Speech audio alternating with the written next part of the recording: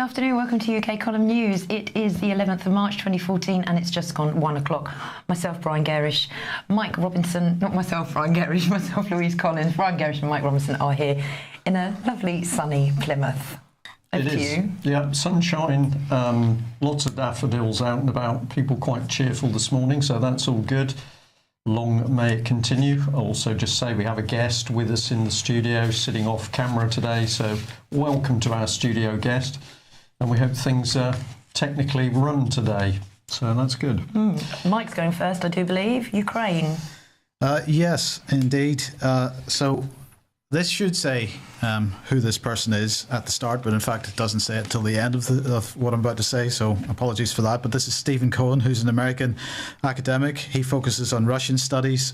He's Professor of Russian Studies and History at New York University, and he's a consultant for CBS News, and he's also a member of the Council for Foreign Relations, and on Sunday he appeared on CNN and said, quote, I think we're 2 steps from a Cuban Missile Crisis and 3 steps from war with Russia for the first time. And he went on to say, we need to get a negotiation going on. Over the last 20 years, we've moved NATO right to Russia's borders. 10 years ago, Putin announced very clearly, I don't like NATO on my borders, but looking ahead, I have 2 red lines. One is Georgia, the former Soviet Republic. We crossed that red line. He thinks, and we had a war, and now he thinks we've crossed the red line elsewhere in Ukraine. Well, I just thought we would have a look at NATO. Oh, yes, there we go. There's his name coming up at last. I just thought we'd have a look at NATO expansion. And the blue countries, of course, are NATO countries. Light blue countries are countries that belong to the Membership Action Plan. This is countries which are going to join NATO. And the yellow countries have an individual action plan as opposed to the general one. Green countries, including Ukraine and Georgia, both mentioned by Mr. Cohen there in the quote from Putin, have intensified dialogue. So these are countries that are clearly intending, particularly Ukraine, now that it has its new government, to join NATO at some point in the future. So we can see in that map a fairly stark reality for Putin, which is NATO's expansion and the ring around Russia, if we take the blue, green and yellow countries. So not a great situation for Putin. And the anti-Russian rhetoric continues to build. Oh dear, I've completely... I do apologise for this. I mentioned technology, yes. We're not going to worry about it. Anyway, so yesterday we mentioned that Wicked Willie there was meeting with the Polish Foreign Minister Radek Sikorski, and after the meeting he had this to say: what Russia has done will draw the rest of Ukraine into closer unity with each other, and we will be working with Ukrainian leaders to try to make sure that Ukraine has the opportunities that it needs for international support, for closer association with the European Union. So Britain's position is pretty clear on this, and in fact, while Stephen Cohen was calling for negotiations, Senator Kerry, who's Senator Kerry, the equivalent of Britain's of William Hague, really, is absolutely refusing to meet with Russia in any way at the moment. So things not that great. In the meantime, President Yanukovych still claims to be president of Ukraine, and he has accused the current government of shooting its own people. And he's saying that they will be sooner or later held accountable for the suffering of the people. And he also goes on to say pretty strongly, are you blind? This is to the world, really. Are you blind? Have you forgotten what fascism is? And he's referring there to the fact that that this interim government in the Ukraine has fascist links going right back to the Second World War. He also criticised the UK for giving aid to the new Ukrainian government, and in fact the United States has given $1 billion in loan guarantees. This is in the form of foreign aid to the Ukraine, and it is interesting to note that this is being presented as foreign aid for the benefit of Ukraine, but in fact it's not really. And as Ron Paul quite rightly points out here in this article, which he calls War, Can We Afford Ukraine? He says, quotes, the House voted overwhelmingly last week to provide $1 billion in loan guarantees to Ukraine. This is just the beginning, you can be sure, but let's be clear, this is not money for the population of that impoverished country. The administration is sending $1 billion from US taxpayers to wealthy international bankers who hold Ukrainian debt. It is an international bank bailout, not aid to Ukrainians. He then goes on to discuss the issue of sanctions, and he says Congress next week will likely vote for sanctions against Russia, though many mistakenly believe that sanctions are a relatively harmless way of forcing foreign countries to do what we say. We should be clear, sanctions are an act of war. And then he says, cooler heads in the United States are not currently prevailing. There is a danger of unimaginable conflict between the US and Russia. We must demand a shift away from war footing, away from incendiary rhetoric. We are broke. We cannot afford to buy Ukraine. We certainly cannot afford another war, especially with Russia.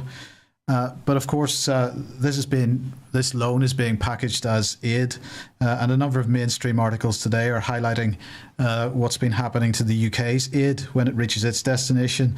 So just quote here from the Telegraph article. It says, British aid money intended to help the poorest people in the world has been spent by the European Union on training Ukrainian soldiers in riot control, the Telegraph can reveal.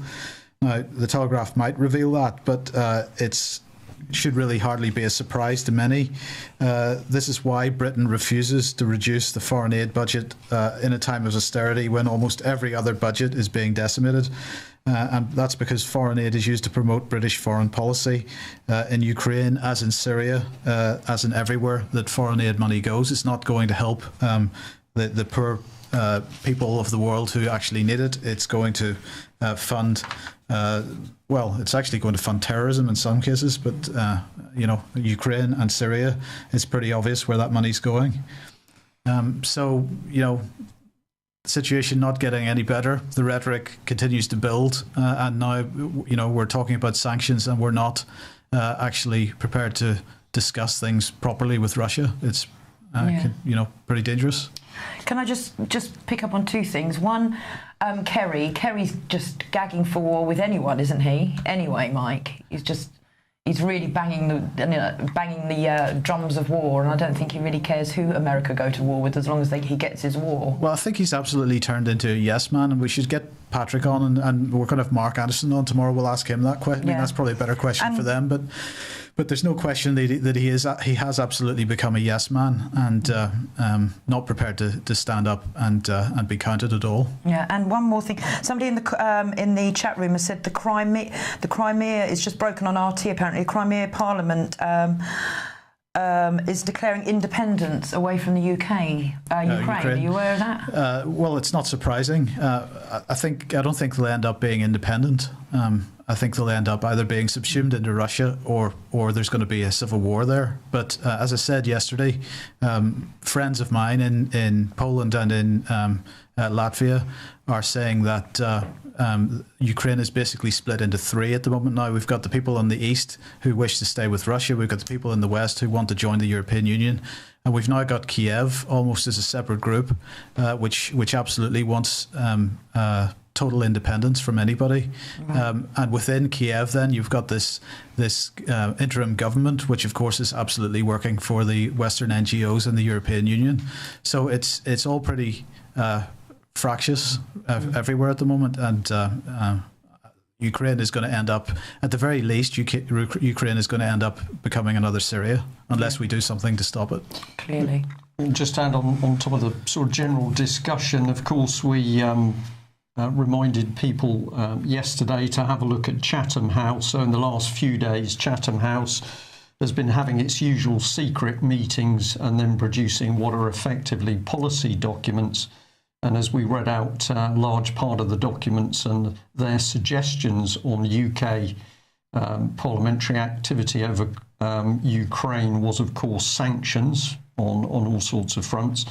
And I'm also going to say, if people have not come across it before, you might like to get hold of a book by a gentleman who was called Christopher Story, and it's the EU Collective Enemy of its Member States, a very detailed analysis showing basically the creeping expansion of a European Union. And ultimately what we're looking at is the synthesis which will bring us one regime from the Urals to the Atlantic. So something very, very big being played out here. And of course, the European Union happens to be blue on the map, as it were, that Mike's just shown us. But if you look at the politics of the European Union, it's absolutely the politics of a dictatorship. So the European Union is the communitarian regime. Don't know whether you've got any further comments on that, Mike. But certainly blue on the map is no longer the good guys, that's for sure. Well, north of the border, of course, desperate attempts now to break up the United Kingdom. This is all part of the EU's plan. So, of course, Scotland at the moment is being promised an oxymoron, I think, which is independence as a vassal state of the European Union. This is one of Alex Salmond's great lies, that he's going to give the Scottish people independence. No, he's not, because they will be totally subservient to the EU. And then look at who's popped up here. We've got Gordon Brown, the man who couldn't govern the country properly as Prime Minister, reputation for temper tantrums, throwing mobile phones around, some allegations that he had to go for a respite period after leaving office. He's then put in charge of education by the UN, and now he's back up to tell Scottish people what they should be doing. Greater powers. Wonder what he's doing there. Well, who knows? But this is the thing which I'd like to highlight. If you look at Gordon Brown's biography, you'll be reading that he was helped into power by the Scottish Communist movement. And that's a little bit of a theme we'll come on to as we follow through the news today. So the BBC, not to be trusted on anything, and John Humphreys here suddenly getting very vocal, saying that the BBC must axe many more managers. I wonder whether we should be including programmes as well, but this was an interesting statement. The BBC has tended over the years to be broadly liberal as opposed to broadly conservative for all sorts of perfectly understandable reasons. We weren't sufficiently sceptical, that's the most accurate phrase, of the pro-European case. We bought into the European ideal. We didn't look at the potential negatives with sufficient rigour. Well, there seems to all be an understatement, Mike. Yeah, it's hardly surprising that they buy into the European ideal when they're taking money from the European Union. Yeah, well, he doesn't mention that, of course. And most people, I think, in the UK are now looking at the BBC for unbridled propaganda, never mind a slight liberal lean. Exactly. So what sort of thing, of course, are they selling? Well, the Mirror here picking up on Dot Cotton's shaken by the death of Nick, so more death and gloom and whatever. Quality. What is this? EastEnders. I don't watch any of this stuff, but I think it's to do with EastEnders. We're going to be having a look in the coming days and weeks about what the BBC has actually been doing in Eastern Europe and how it's been driving its propaganda programme into vulnerable states by the use of programmes such as this. It sounds extraordinary, but I assure people it's true, and we'll be bringing that evidence in front of them. Yeah. But of course, they're also very keen on children. Well, they are. What with old Tracy Beaker glorifying life in a children's home and demonising parents. Well, this story's popped up today. A children's series of books called Topsy and Tim, which you might remember, Brian. It was back around the 60s. It's way before my time. Flat pot men, I'm afraid, if you want to go back that far. OK, well, this book series called Topsy and Tim was written back in the 60s by Jean and Gareth Adamson, and it sold more than 21 million copies. Well, the Mail today are reporting that Mr. and Mrs. Adamson's son, Leo, has been in prison twice over his links with Pi, Paedophile Information Exchange. Leo Adamson, now 52, was on the board of Pi, and his last conviction was last year, where he posted a lot of comments online arguing paedophilia should be destigmatised. What interested me most is that CBBC, the children's arm of the BBC's arm for children, has last year adapted the books written by this gentleman's parents into a TV show, and that airs on Tuesdays, every Tuesday at 5:30. And I personally haven't seen it, and I personally won't be allowing my children to see it, but here we are again. Links to paedophilia, links to the BBC. And who's the gentleman on the BBC building, Mike? Gill, something Gill? Yeah. Just remind us of that, because the BBC didn't want to remove their statue, did they? Well, that was Eric Gill's statue, which was could be argued to be slightly paedophilic. Eric Gill, who's most famous, to the younger generation, as the creator of the Gill Sans script typeface. And so anybody that's using that, just have a look at the history of the man who created it.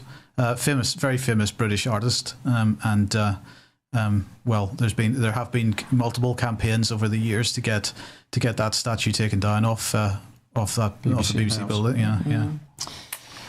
Well, more trouble in Parliament. Okay, so this gentleman, Mr. Nigel Evans, is up in court, and he's been a Tory MP since 1992 for Ribble Valley. In 1985, he was councillor for West Glamorgan County Council, and in 96, he was actually Parliamentary Private Secretary for Mr. William Hague, and he's up on 9 charges for sexual offences. And I'll just have a little run through these offences. Count 1, indecent assault of a male between 2002 and 2003. Count 2, again, indecent assault of a man between 2003 to 2004. And the same again, intentional touching assault this time, and that was in 2009 to 2010. And back also in 2009, yet another count of sexual assault.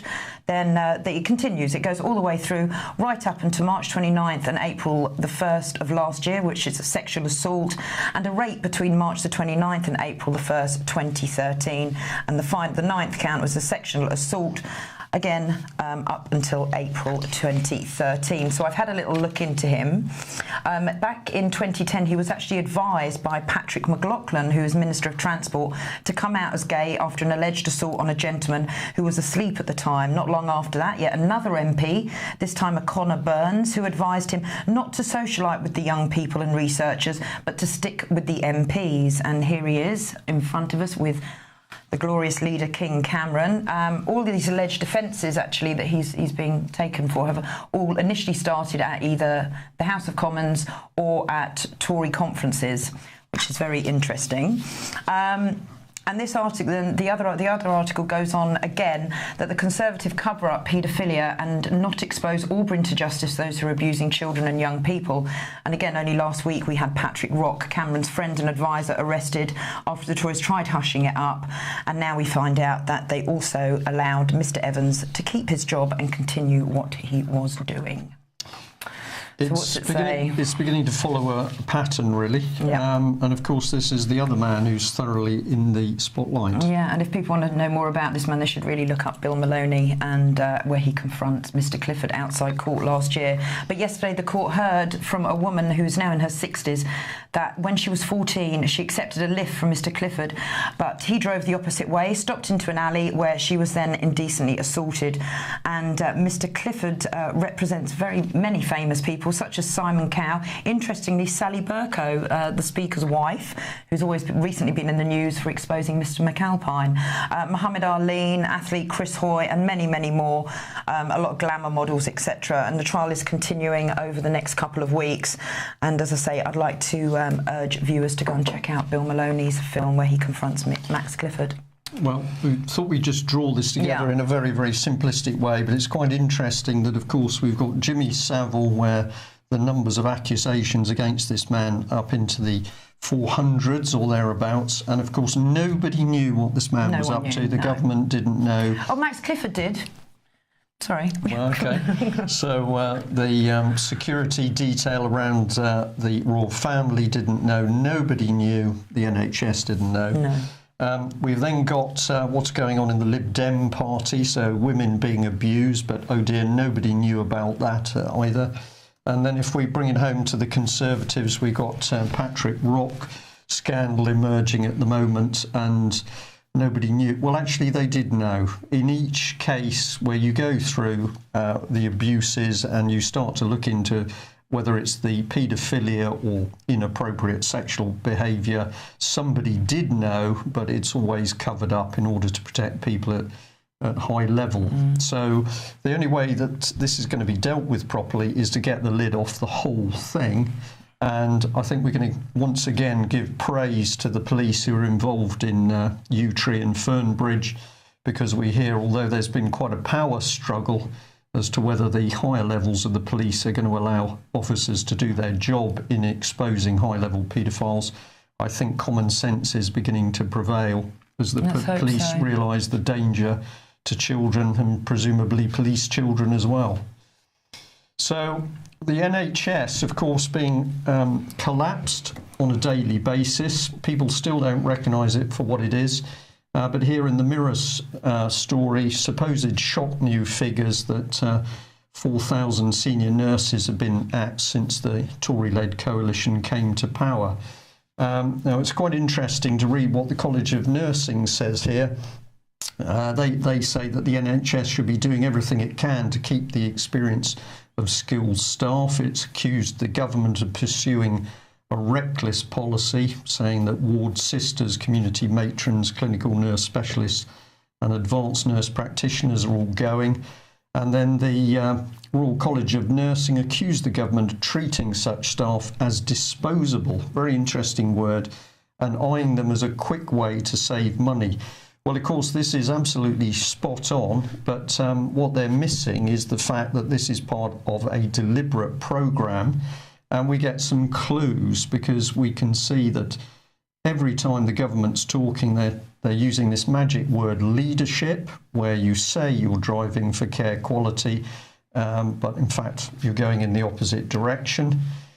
Health Minister here, Dan Poulter, said, "We know clinical leadership by healthcare professionals matters, and that's why we're investing 40 million. So these are the lies as the NHS is taken apart by the leadership agenda. And we get more clues here from this incredible privatisation deal. So David Cameron accused of putting the NHS on a fast track to privatisation after biggest ever outsourcing deal. And this is just wonderful. Bids have been invited to run cancer and end-of-life services. Private companies could deliver all cancer and terminally ill care across Staffordshire by July 2015. What sort of money are we talking about to end people's lives? Well, we're talking £1.2 billion worth of contract. I get a very, very uneasy feeling about private companies making profit from ending people's lives. Is this... And there could be a lot more involved with that, especially some information we've been getting to do with organs. As well, if there's money to be made and we've got private companies in there. Organ harvesting is what we're coming to. Well, we thought we'd just have a little look. Since this big deal is to do with Staffordshire, let's remind ourselves of what we've seen.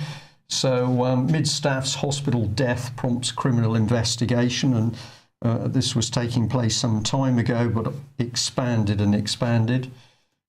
We've got this one here, hundreds of Mid-Staff's deaths examined by the police.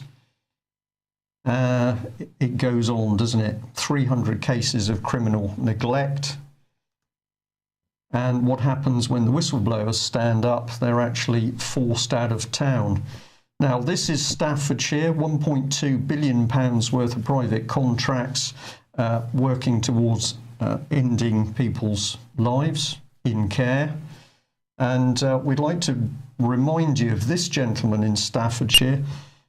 This is Staffordshire County Council Director of Democracy, Law and Transformation, a gentleman called John Tradewell. And in his own words, he believes that they can do anything. So here he is. This is what he had to say. A local authority has the power to do anything. He went on to say that lawyers were wise people, so wise men and women, almost all of them lawyers, have debated whether a general power of competence is the same, better or worse than a power of general competence, so the power does not come unheralded. So he believes that if you are a solicitor or as a barrister, you are the wise people to be doing anything. And we just ram it home with this last statement. As well as freeing us from Parliament, the power will give us independence from government. We, not Westminster, know what's in the best interests of our people and our communities. So this is probably the question for Mr. Tradewell. We can do anything. Does he actually mean anything from taking children to ending people's lives? This is getting very, very dangerous stuff, and it's happening in front of our eyes. We'll remind you of this very detailed slide, but this was going on all around the Staffordshire Hospital. We've got a mix of the King's Fund, if you're not aware of what this is and its huge influence in the NHS, do have a look. And then we've got a whole range of initiatives for innovation and improvement. And a lady called Sue Slipman, communist, ex-chief executive of the Foundation Trust Network. These are the type of people who are now in and running what should be vital care in the NHS. And finally, we just remind ourselves on this gentleman, David Nicholson, refused to stand down despite all the deaths, common purpose man. Mike Farrar, I'm not sure whether he's actually taken up post, but will do shortly, we believe. And changing the NHS, transforming the NHS. And this lady, Helen Bevan, Chief of Service Transformation at NHS Institute for Innovation Improvement, was actually talking of 1 million change agents. So it's hardly a surprise we're starting to see the NHS falling apart. Mike? And just getting back to the original slide then, of course, you cannot push through this type of change if you've got competent, experienced staff who are more likely to be putting their hands up and saying, look, this is insane, what you're doing is insane. So they get rid of the experienced, qualified staff, push the change through, and they've either got foreign or they've got young, inexperienced nurses and ward staff that don't necessarily remember how it once was. And absolutely right, Mike. And of course, this pattern is happening across a range of organisations. So we can see it in the military. You get rid of the experienced and well-trained middle ranks, and then you're trying to recruit people who need training up. So that certainly doesn't make sense unless you're destroying the military. We've got teachers reporting exactly the same thing in education. The good, experienced teachers are being pushed out, while we've got people who've clearly been reframed coming in. It's deliberate. Yeah. And while we're sticking on the subject of the NHS and health, this was highlighted to us this morning.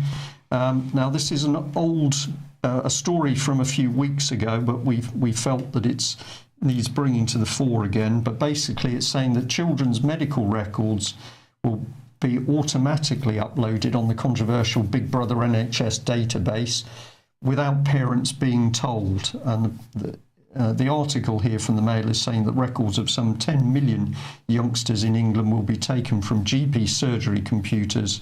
It said this spring to be part of the Care.Data project. What about those who've opted out and added their children into the opt-out? Well, we need to do some research on that, Louise, because it's not, it's not clear from this article. But the chances are this data's already been sold on, I would think. Possibly. What people need to do is when they are going to go in and fill in their forms to have their names, to opt out, that they ensure if they've got children that they fill those forms in for their children as well. Yeah. So this is your theme here on ADHD. So finally, this is out in the mainstream. We've been reporting on this for quite a while now. So this one is this was the original report in June 2013. June, yeah, and I think there's been other stories in the alternative media where doctors have spoken out about the myth of ADHD. Well, today in the Mail, they've picked up an article which is written by a Dr. Saul. And he's saying between 2003 and 2008, prescription for drugs such as Ritalin has doubled for children, actually quadrupled for adults in the UK. Dr. Saul believes that medicating for such a condition, such as ADHD, is terrible and dangerous and is an extreme harm to our children. Dr. Saul has carried out many tests, and one of the tests was done on a 13-year-old who had some blood test, and he showed he was actually iron deficient. And iron deficiency causes all the same symptoms as ADHD, but all this lad needed was some iron supplement rather than the ADHD Ritalin medications. So this doctor here is really, really pushing for, instead of these big stimulation drugs to be given to the children, that they have a proper diet, proper supplements and vitamins, exercise and good health. And sleep. And sleep. Proper sleep. Exactly. Yeah. Which is, I think we're going to say, encouraging, because we are starting to see mainstream journalists now tackle the issue of how people stay healthy. And more and more articles are appearing, of course, challenging the notion that we can make ourselves healthy through big pharma medicines. Exactly. Yeah, Mike, this is an extraordinary one you've got here. Well, this is Adopt Northwest, which is a new initiative. It's an adoption recruitment campaign, which kicked off, what day is this? Is Tuesday? It kicked off yesterday then. Northwest Adoption Week this week. And the core message is you can adopt. It aims to, what they say, bust the myths around adoption. And it's going to be a TV, radio and online advertising campaign, which will be live beginning yesterday. Aims to educate people, to help them overcome common misconceptions that mean that they often incorrectly rule themselves out. So clearly somebody wants to ramp up the sale of children through the adoption mechanisms, and this is a whole range of councils in the Northwest and their children's services teams getting involved in this. I tried to contact these people this morning to find out whether this service is chargeable for the prospective parents, or how they're funded actually, but they haven't got back to me as yet. As soon as I know more, I'll pass it on. The interesting thing about this really is that in the frequently asked questions section, it says nothing about perhaps asking the question of whether the parents actually wanted the child adopted in the first place. And I think for any prospective parents that are thinking about adoption, that should be the first question that's asked. Yeah, agreed. This is the industrialisation of adoption here, isn't it? You break the families up, or put families under immense stress that result in breakup of the family. Then the children are swept up by the state, and then we're advertising and inverted commas selling these children. It's the scale that's frightening. Yeah, it's interesting. I mean, I once in a while see programs that are on the Yesterday channel or Quest or something talking about the 1930s in Germany, and also if you look at the killing fields, this theme is absolutely reinforced in that film as well. The idea that the children get broken away from the parents. And certainly that was what was happening with the Hitler Youth and so on. And it seems that there's absolutely, it's clear that this is a drive within this country as well to split children away from their parents at an ever younger age. Yeah. Some people will find that a difficult concept, but it's one we're going to continue pushing. Breaking down happy families is a key objective of the present government. Well, okay. Is the BBC telling the truth here? Probably they are. Yeah, probably they are on this occasion. According to the BBC, parents who have been issued with fines for taking their children out of school has actually increased by 70%. 34 councils in England said that 5,300 fines have been imposed during autumn term alone. So they're looking probably of raking it in over Easter, let alone how much they're going to earn over the summer. And of course, these are unlawful fines because in breach of common law. Yep. I wonder whether Judge Mumby and some of the other senior judges who seem to be waking up to the fact that they've inadvertently been part of this stealing of our law by statutes. A friend of mine actually phoned up a well-known holiday organisation and a park organisation, and it was actually double the cost to take their kids in half term or in school holiday times rather than in term times. They double the prices. So I mean, these companies who are trying to make money out of families and kids should also be brought up and highlighted, which I think I might do for tomorrow, actually. Yeah, we can certainly do that. Go and have a look. Right, well, we're just going to cover this article from The Independent, which is talking about fracking in Texas. And a big meaty photograph here, and it's talking about the millionaires, 2 planes, a Rolls-Royce and an Aston Martin, the Meet the Fracking Millionaires of Kennedy, Texas. And the diagram on the left of the screen there showing some of the vast areas where shale gas deposits are now being fracked. And a very interesting article. Well, we've pulled out some of the comments in the article. The output of natural gas is exploding. Most of it's being burnt off in orange fires that punctuate the landscape. Another cost is the hammering disruption to the old ways of life in towns. Roads are collapsing, sewage and electrical grids are overwhelmed, a rough place where crime is rising.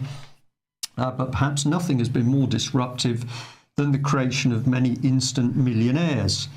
So the man wrote all that under the headline, emphasising it by saying these are the problems of oil boom, Karnes County, problems most of us would like to have.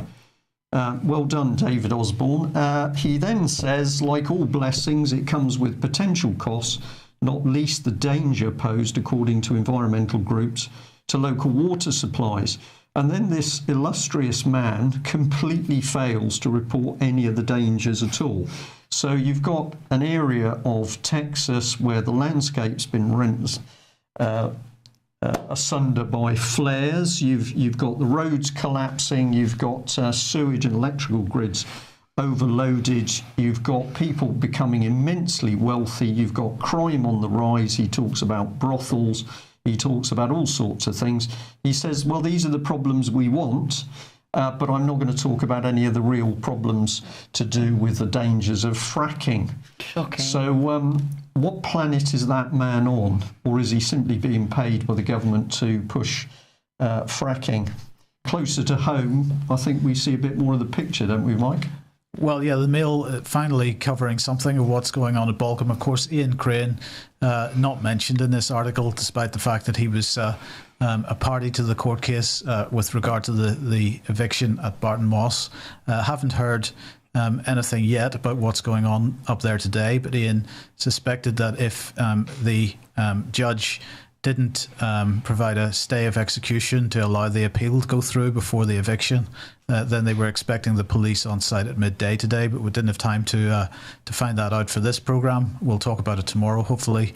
But Ian was hopeful that the appeal process, which has begun, would at least put a stay of execution on the eviction itself.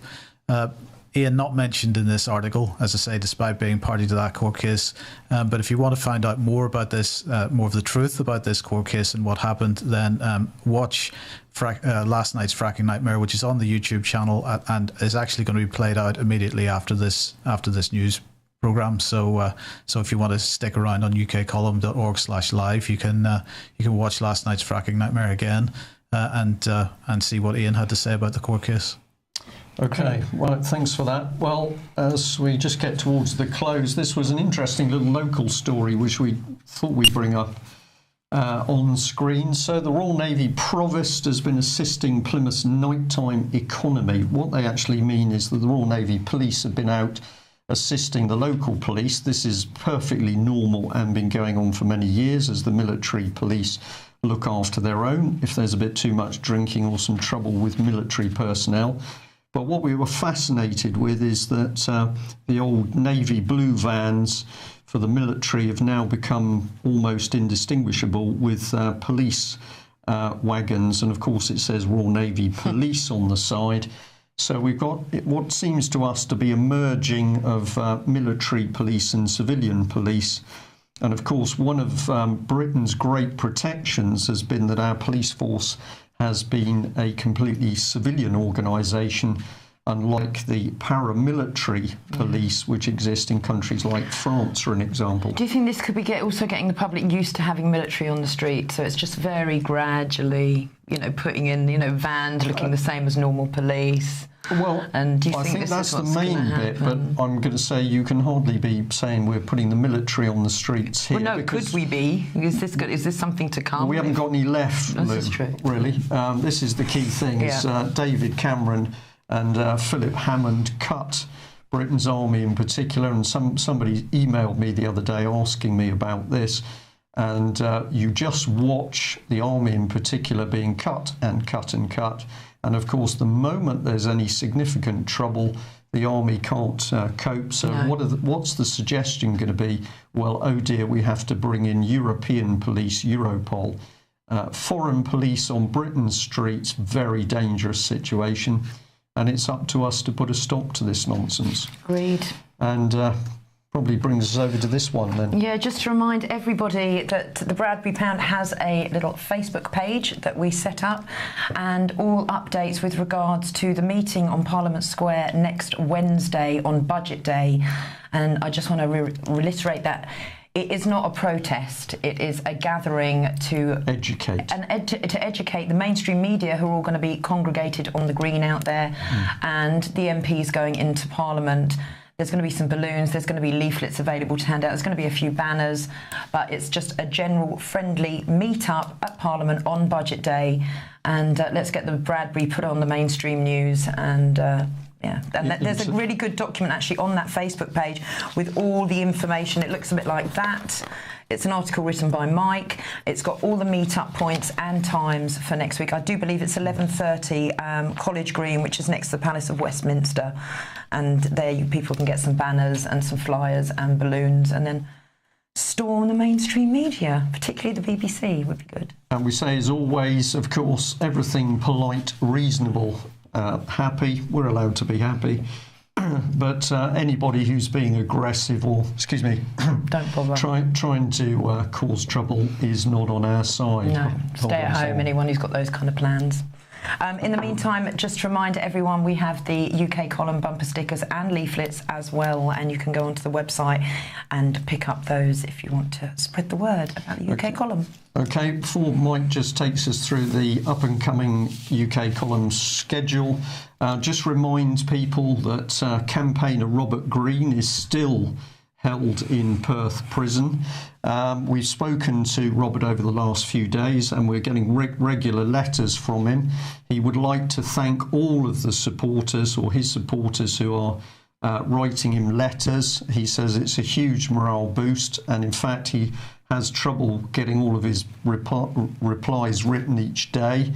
Robert has said that because he's being limited on the number of stamps he can have, although he does say that the prison authorities are being generally good to him on this front, he says that if you write into him, please will you include a stamped addressed envelope.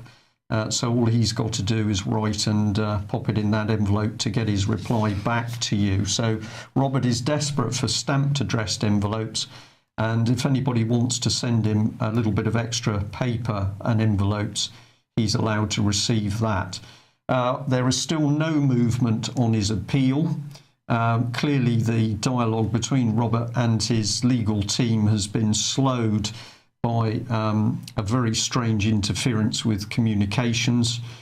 So at the moment he's been sitting in Perth since the 13th of February, and he can be held for a total of 150 days. So remember, this is a man campaigning against child abuse, and in particular for justice for Holly Gregg. He's sitting in prison. Meanwhile, in other parts of the country, those accused of vicious paedophile crimes were simply let out on bail. And an anecdotal story, but I'll repeat it. I was contacted by a person, I believe they were in Glasgow. They were stopped in the street by a film crew with a reporter. The reporter was asking people for their views on corruption at the highest levels of the Scottish government, and there was a little bit of a discussion about that, and then the particular gentleman mentioned Holly Gregg, whereupon the reporter simply walked away. And he then, so our contact spoke to the cameraman, and the cameraman said, "I'm sorry, we're just not allowed to speak about it." So I know that's an anecdotal story, but everything we are hearing is that the Scottish establishment and government, and of course Alex Salmond's office in particular, seem to be terrified of even mentioning the name Holly Greig. Now, of course, if this has all been made up, why is the establishment in Scotland so fearful? And why did Alex Salmond's personal office lose or destroy documents related to the Holly Greig abuse case? We'll leave you to decide on that one. Mike, what's the future schedule? Well, the main thing is just to remind everybody, the Health Revolution with Clive at 9 p.m. tonight. Join us live for that, but we've got programmes happening all afternoon, as you can see, and but join us at 9. Okay, Thanks, excellent. Mike. All right, well, last comment is that things had to get worse before they could get better. It is a fact that we're now seeing people who had been well asleep are starting to wake up as things tighten in, whether it's loss of jobs or it's bedroom tax, or they can't feed themselves, or they're working in a disastrous NHS. So what can we do? Keep talking to people, keep explaining what's going on. And if we want to solve the problem, we simply need to replace 643 odd members of Parliament with proper, honest, upstanding people with a good measure of common sense. That'd be nice. So the chaos in the country is really only being created by relatively few people. And if we can get the paedophiles exposed who haunt Westminster and the highest corridors of powers, we'll also be doing extremely well. So there's a sunny thought for you on a very nice day. Thanks for joining us. Bye. See you tomorrow, same time. Bye-bye.